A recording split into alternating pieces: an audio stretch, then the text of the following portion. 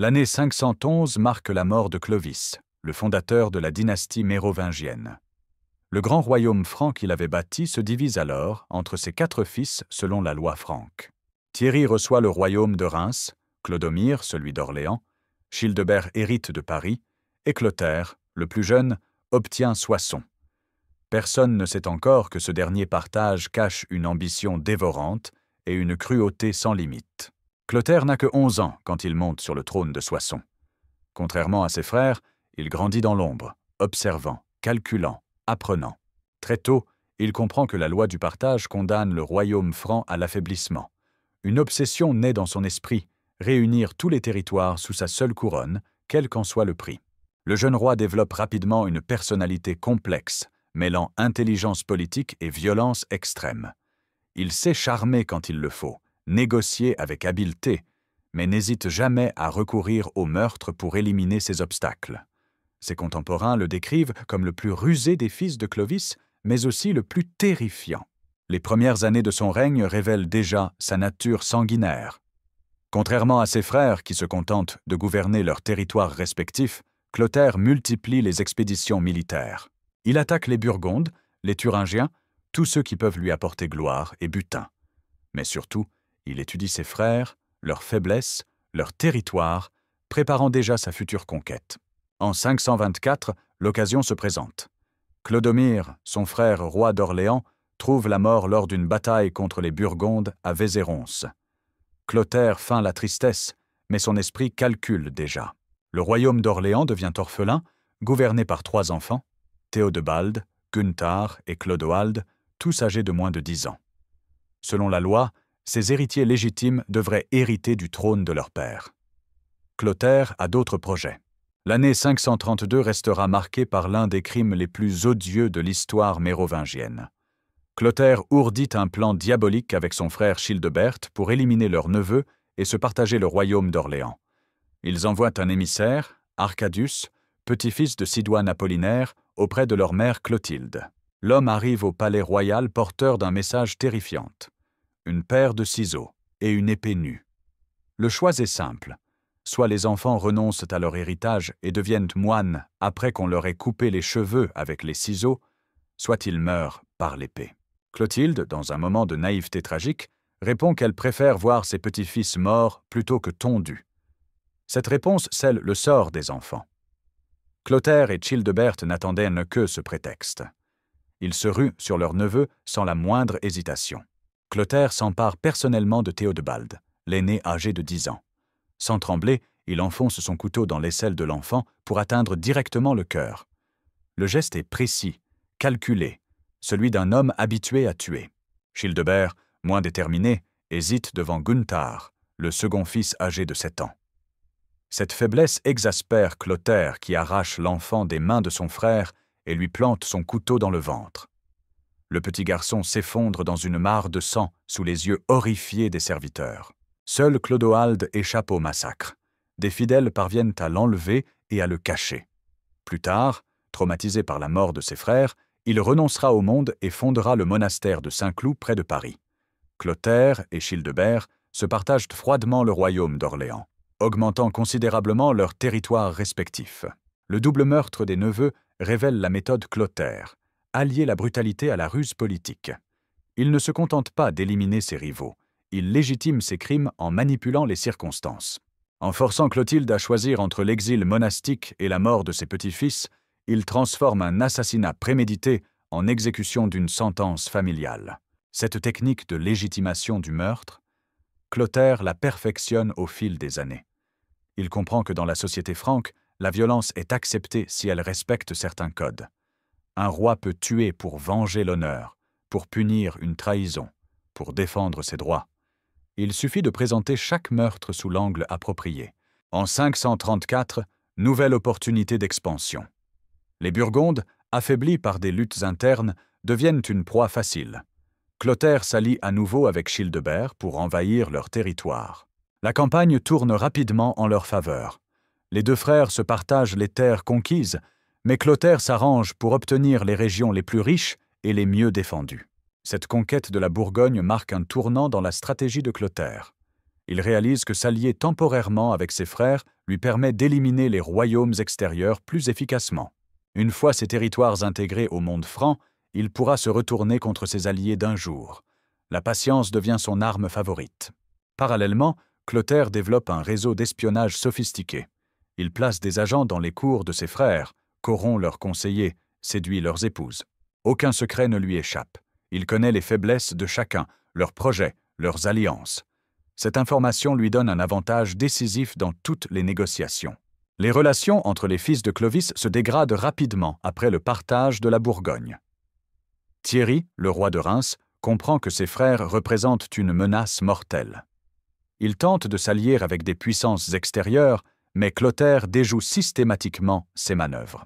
En 534, Thierry meurt dans des circonstances troubles. Officiellement, il succombe à une maladie, mais des rumeurs persistantes évoquent un empoisonnement orchestré par Clotaire. Le royaume de Reims revient à Théodebert, fils de Thierry, puis à son propre fils Théodebald. En 555, ce dernier meurt à son tour, toujours dans des circonstances suspectes. Clotaire récupère immédiatement l'héritage, prétextant des droits de succession complexes. Il ne reste plus que Childebert entre lui et la réunification complète du royaume franc. La guerre ouverte entre les deux frères survivants commence en 556. Childebert, conscient du danger, tente de former une coalition contre Clotaire. Il cherche des alliés chez les Wisigoths d'Espagne, chez les Byzantins, même chez les Lombards d'Italie. Mais Clotaire a eu 50 ans pour préparer ce moment.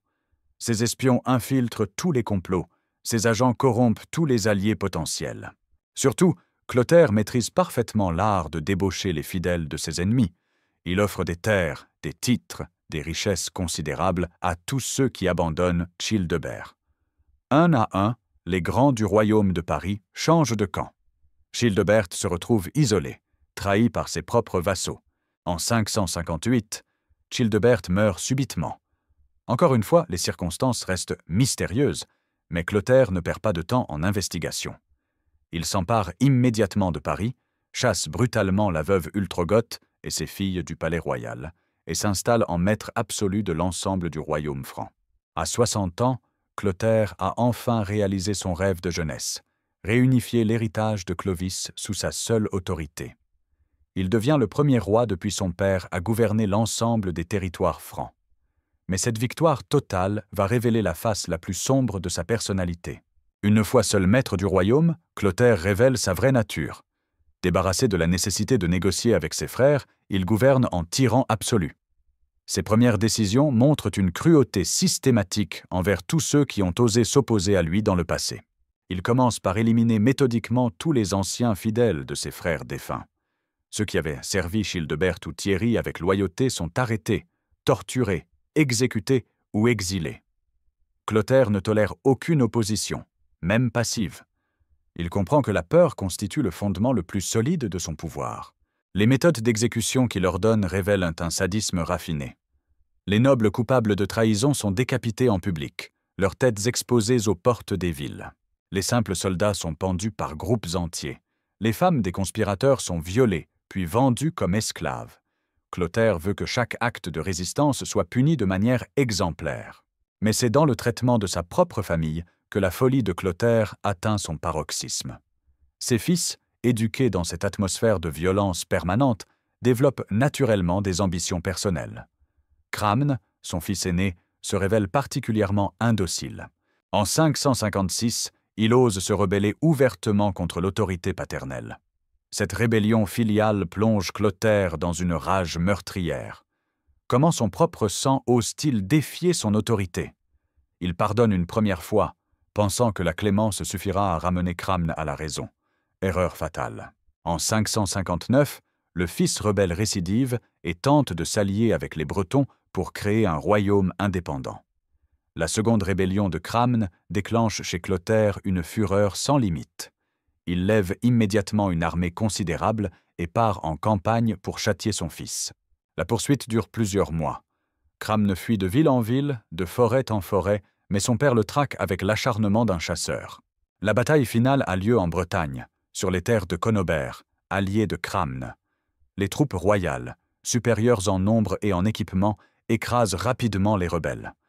Cramne tente de s'enfuir par mer, mais les navires de son père bloquent déjà tous les ports. Acculé, le fils rebelle se rend en espérant que les liens du sang protégeront sa vie. Il connaît mal son père. Clotaire le fait enchaîner avec sa femme et ses enfants, puis ordonne une exécution d'une cruauté inouïe. Une chaumière est préparée au centre du camp militaire. Cramne, sa femme et ses 2 jeunes enfants sont poussés à l'intérieur. Clotaire fait murer la porte, puis ordonne d'emplacer de la paille tout autour de la cabane. Devant l'armée assemblée, il met personnellement le feu à cette prison de fortune. Les cris qui s'échappent de la chaumière en flammes glacent d'effroi les soldats les plus endurcis. Cramne hurle sa douleur et sa rage. Sa femme supplie pour la vie de ses enfants. Les petits pleurent de terreur. Clotaire reste impassible, regardant brûler sa propre descendance sans sourciller. Quand les flammes s'éteignent enfin, il fait déblayer les décombres et exposer les restes calcinés sur la place publique. Le message est clair. Personne, pas même un fils, ne peut défier l'autorité de Clotaire et survivre. Cette exécution monstrueuse marque l'apogée de sa cruauté. Après le meurtre de Cramne, plus personne n'ose défier ouvertement Clotaire. Le royaume franc vit sous la terreur permanente. Le vieux roi, maintenant âgé de plus de 60 ans, règne par la peur pure. Ses espions infiltrent chaque couche de la société. Ses informateurs dénoncent le moindre propos critique. Les exécutions se multiplient pour des motifs de plus en plus futiles. Un regard de travers, une plaisanterie mal interprétée, un geste ambigu suffisent à déclencher la colère royale. Clotaire développe une paranoïa maladive qui le pousse à voir des complots partout. Il fait torturer des innocents pour obtenir des aveux de crimes imaginaires. Ses méthodes d'interrogatoire révèlent une connaissance approfondie de la souffrance humaine. Il fait arracher les ongles des suspects, brûler leur peau au fer rouge, leur briser les os un à un. Les bourreaux royaux deviennent des artistes de la torture, capables de maintenir une victime en vie pendant des jours entiers de supplice. Mais Clotaire ne se contente pas de punir les coupables présumés. Il s'attaque systématiquement à leurs familles, leurs amis, leurs serviteurs. Femmes, enfants, vieillards. Personne n'échappe à sa vindicte. Il comprend que terroriser l'entourage d'un rebelle dissuade plus efficacement que de simplement l'exécuter. Cette politique de terreur systématique produit paradoxalement une paix apparente dans le royaume. Plus personne ne se rebelle, plus personne ne conteste les décisions royales. Clotaire peut enfin gouverner selon ses caprices, sans craindre la moindre opposition. Mais cette tranquillité cache une haine sourde qui couve dans tout le pays. Parallèlement à sa politique intérieure de terreur, Clotaire développe une machine militaire redoutable. Il comprend que maintenir ses conquêtes nécessite une armée permanente, disciplinée et fidèle.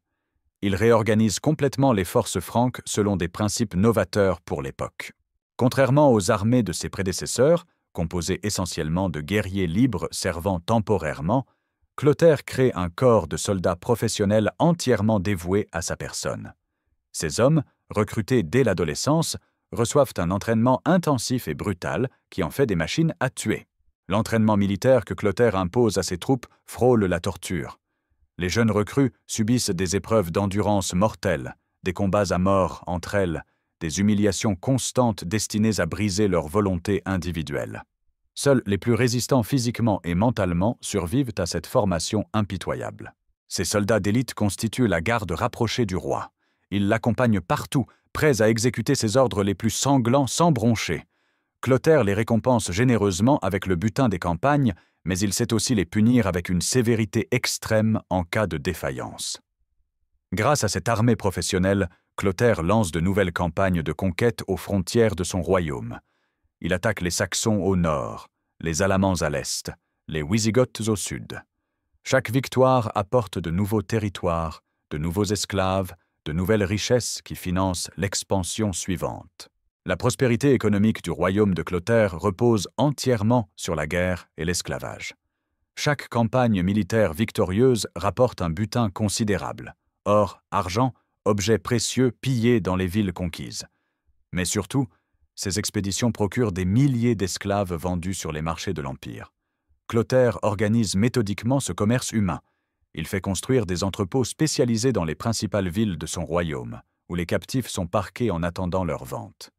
Les conditions de détention de ces malheureux dépassent l'entendement, entassés dans des cellules souterraines, nourris avec des déchets, maltraités par des gardiens sadiques.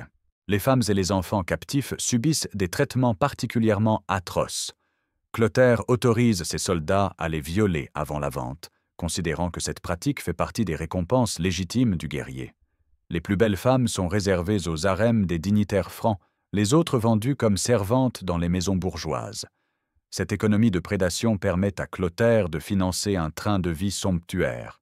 Ses palais regorgent de richesses pillées dans toute l'Europe occidentale. Il possède des centaines de chevaux, des armes incrustées de pierreries, des vêtements tissés d'or. Sa table quotidienne pourrait nourrir un village entier. Mais cette richesse ostentatoire cache une réalité économique fragile. Le royaume de Clotaire ne produit pratiquement rien par lui-même. Agriculture, artisanat, commerce, tout stagne faute d'investissement et de sécurité. La prospérité apparente dépend entièrement du succès des campagnes militaires. Une défaite majeure pourrait faire s'effondrer tout l'édifice.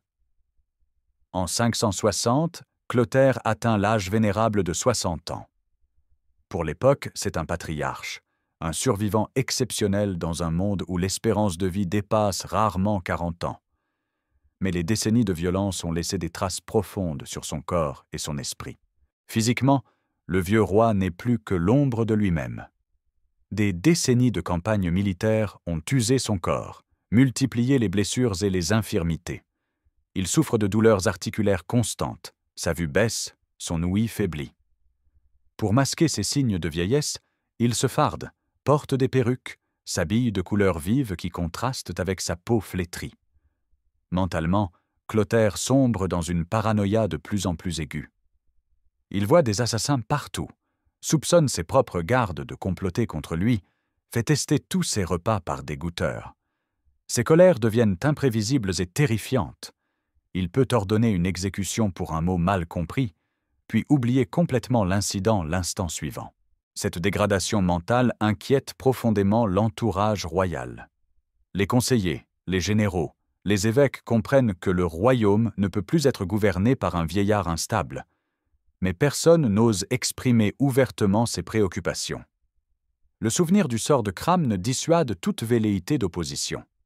Ses fils survivants observent avec un mélange de crainte et d'impatience la déchéance progressive de leur père. Caribert, qui gouverne Paris en son nom, multiplie les signes d'indépendance. Gontran, installé à Orléans, négocie secrètement avec les Burgondes. Sigebert et Chilpéric préparent déjà leurs futures revendications territoriales. Clotaire perçoit confusément ces manœuvres souterraines, mais sa lucidité défaillante l'empêche de réagir efficacement.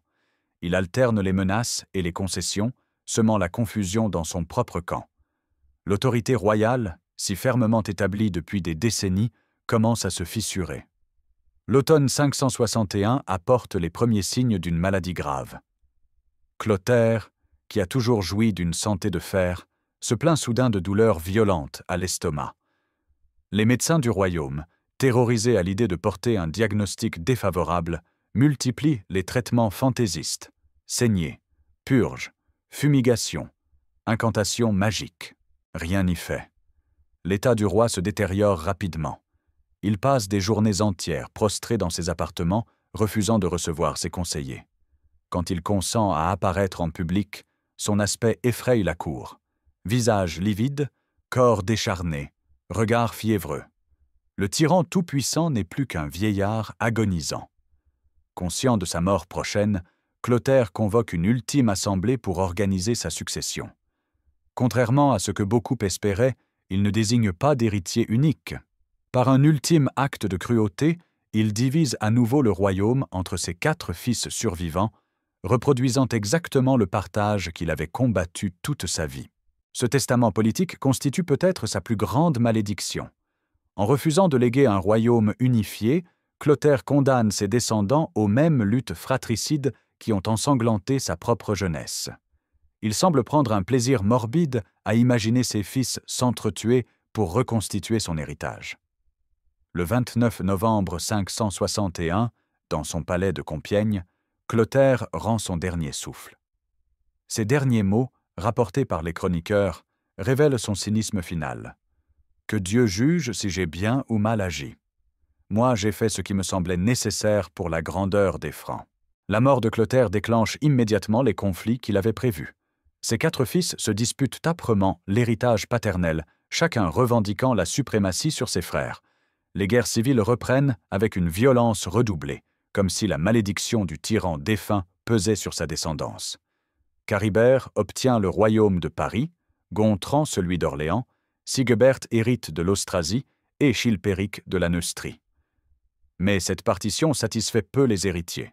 Très vite, les alliances se nouent et se dénouent, les complots se multiplient, les assassinats politiques reprennent. L'œuvre d'unification de Clotaire s'effondre en quelques mois. Plus grave encore, les méthodes brutales du défunt roi ont laissé des traces profondes dans les mentalités. Ses fils ont grandi dans la violence, ils ne connaissent d'autre mode de gouvernement que la terreur. Ils reproduisent fidèlement les pratiques paternelles, exécutions arbitraires, tortures raffinées, massacres familiaux. L'exemple le plus frappant de cette hérédité maudite se manifeste chez Chilpéric, qui dépasse en cruauté son propre père. Il fait assassiner ses frères, épouse successivement leurs veuves après les avoir fait torturer, ordonne des massacres de masse dans les villes rebelles. La folie sanguinaire de Clotaire semble s'être démultipliée chez ses descendants. Le royaume franc, unifié pendant seulement 3 ans sous l'autorité de Clotaire, se fragmente à nouveau pour des siècles. Il faudra attendre Charlemagne pour voir renaître un empire franc durable. Mais entre ces 2 dates, des générations entières de Mérovingiens s'entretuent selon les méthodes héritées du roi sanguinaire. L'historiographie médiévale retient de Clotaire l'image d'un roi efficace qui sut réunifier l'héritage de Clovis. Cette vision édulcorée masque la réalité d'un tyran pathologique dont les crimes marquèrent durablement la civilisation européenne naissante. Son règne illustre parfaitement la barbarisation des élites politiques dans l'Europe post-romaine. 6 siècles après sa mort, les chroniqueurs francs tentent encore de comprendre la personnalité complexe de Clotaire. Comment expliquer qu'un homme capable d'une intelligence politique remarquable ait pu commettre des actes d'une cruauté si extrême? Les sources de l'époque offrent peu d'éléments psychologiques, se contentant de rapporter les faits bruts. Ce qui frappe chez Clotaire, c'est la cohérence de sa violence. Contrairement à d'autres tyrans de l'histoire, il ne tue pas dans des accès de rage incontrôlés. Chaque meurtre sert un objectif politique précis: éliminer un rival, terroriser des opposants, consolider son pouvoir. Cette rationalité dans l'horreur le rend encore plus terrifiant. Ces méthodes d'assassinat révèlent aussi une personnalité exceptionnellement froide. Tuer ses neveux de ses propres mains, brûler vif son fils rebelle, organiser des tortures raffinées nécessite un détachement émotionnel rare. Clotaire semble incapable d'empathie, considérant les autres êtres humains comme de simples obstacles à éliminer. Paradoxalement, cette cruauté systématique lui permet de réaliser un exploit politique remarquable, la réunification du royaume franc. Aucun de ses contemporains n'aurait pu mener à bien une telle entreprise sans user des mêmes méthodes brutales. Dans le contexte de l'époque, la violence constitue l'outil politique fondamental. Cette ambiguïté morale traverse toute l'histoire mérovingienne. Les rois qui marquent l'époque sont systématiquement ceux qui maîtrisent le mieux l'art de tuer leurs rivaux. Clovis lui-même bâtit son royaume sur une série de meurtres politiques. Clotaire ne fait que porter cette logique à son paroxysme. Pourtant, le bilan objectif de son règne reste largement négatif. Sa politique de terreur stérilise le développement économique et culturel du royaume. Ses guerres incessantes épuisent les ressources humaines et matérielles. Sa succession catastrophique replonge les Francs dans des décennies de guerre civile. L'histoire retient finalement de Clotaire l'image d'un roi sanguinaire qui sacrifia tout à son ambition personnelle. Ni grand conquérant comme Alexandre, ni réformateur génial comme César, il reste simplement un tyran efficace dont les crimes marquèrent son époque. Son surnom de roi sanguinaire des Francs résume parfaitement un règne placé sous le signe du meurtre politique. Son exemple illustre aussi les dangers du pouvoir absolu exercé sans contrôle moral ou institutionnel. Dans un système où le roi concentre tous les pouvoirs, la personnalité du souverain détermine entièrement le sort de ses sujets. Quand cette personnalité combine intelligence et pathologie, Les conséquences deviennent catastrophiques pour des générations. Les chroniqueurs contemporains de Clotaire ont laissé des témoignages glaçants sur ces méthodes. Grégoire de Tours, principal historien de l'époque, décrit avec effroi les scènes auxquelles il a assisté. Il raconte comment le roi faisait torturer ses prisonniers dans la cour même de son palais, prenant plaisir à observer leurs souffrances. Un épisode particulièrement révélateur concerne le traitement d'un comte rebelle capturé en Aquitaine. Clotaire ordonne qu'on lui arrache les yeux avec des tenailles chauffées au rouge, puis qu'on lui coupe la langue avant de l'abandonner dans une fosse remplie de serpents. Le malheureux met 3 jours à mourir sous les yeux de sa famille, forcé d'assister au supplice. Les serviteurs du palais rapportent aussi les cauchemars récurrents du roi vieillissant. Il hurle la nuit, appelant les noms de ses victimes, se débattant contre des fantômes imaginaires. Ses chambriers découvrent régulièrement son lit souillé de sang. Clotaire se griffe jusqu'au sang dans son sommeil, comme si ses propres crimes lui revenaient sous forme de tourments physiques.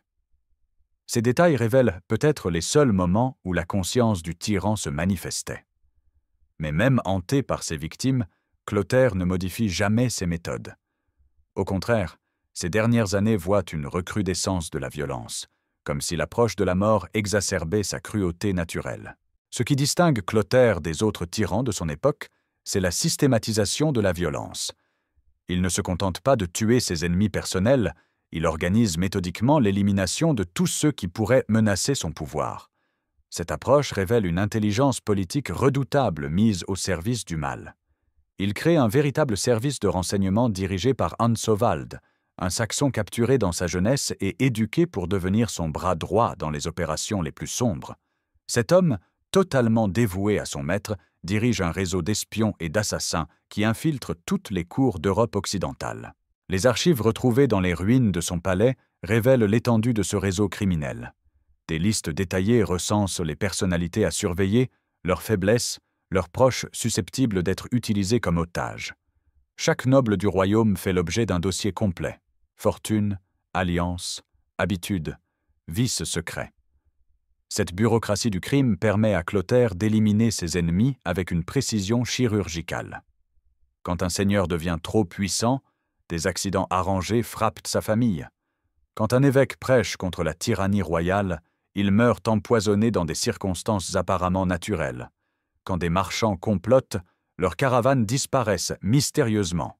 Le plus impressionnant dans cette organisation criminelle reste sa discrétion. Officiellement, Clotaire ne tue jamais personne. Les morts suspectes sont toujours attribuées à des maladies, des accidents, des vengeances privées. Seuls les initiés comprennent que derrière chaque décès opportun se cache la volonté royale. Pour maintenir son système de terreur, Clotaire corrompt systématiquement l'aristocratie franque.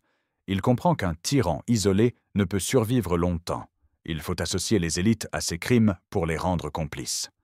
Cette stratégie de compromission collective constitue peut-être son innovation politique la plus perverse. Il commence par offrir des récompenses considérables aux nobles qui acceptent de participer à ces opérations criminelles. Terres confisquées aux victimes, butin de guerre, esclaves de choix, les tentations sont nombreuses.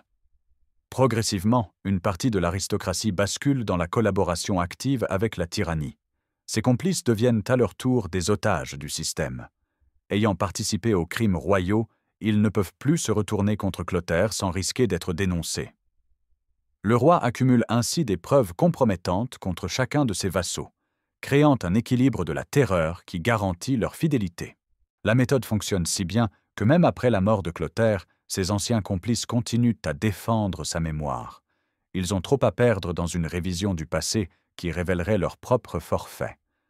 Cette solidarité criminelle posthume explique pourquoi les chroniques officielles édulcorent souvent la réalité du règne. Seuls quelques témoins courageux, généralement des membres du clergé protégés par leur statut religieux, osent révéler la vérité. Leurs récits, longtemps occultés par l'historiographie officielle, permettent aujourd'hui de reconstituer l'ampleur des crimes de Clotaire et de son entourage. Les derniers mois de Clotaire coïncident avec l'effondrement progressif de l'ordre public dans son royaume. La terreur qu'il a instaurée produit paradoxalement l'anarchie qu'elle prétendait combattre. Paralysés par la peur, les administrateurs n'osent plus prendre de décisions, les juges refusent de rendre leur verdict, les collecteurs d'impôts abandonnent leur tournée. Cette paralysie administrative engendre une crise économique majeure. Les routes deviennent impraticables faute d'entretien, les ponts s'effondrent, les marchés se vident. Les populations rurales, privées de protection, subissent les raids incessants de bandes armées qui pillent en toute impunité.